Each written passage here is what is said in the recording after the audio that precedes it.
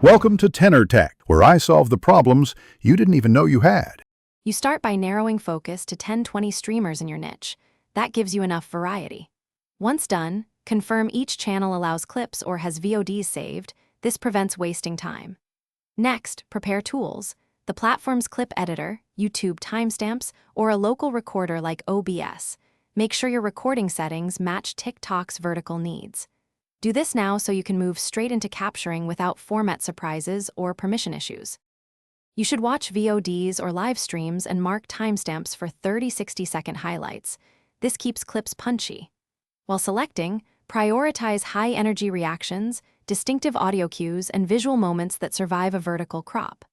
Once you've flagged segments, export or record them in 9:16 if possible.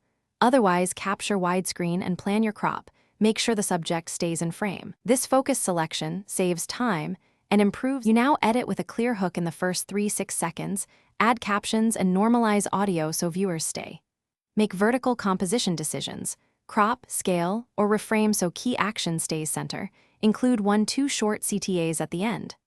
Once finished, upload with relevant tags and a punchy caption.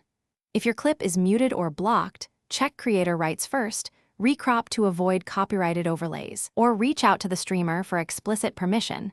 This fixes most post issues. Thanks for watching. Subscribe to keep your life in tune.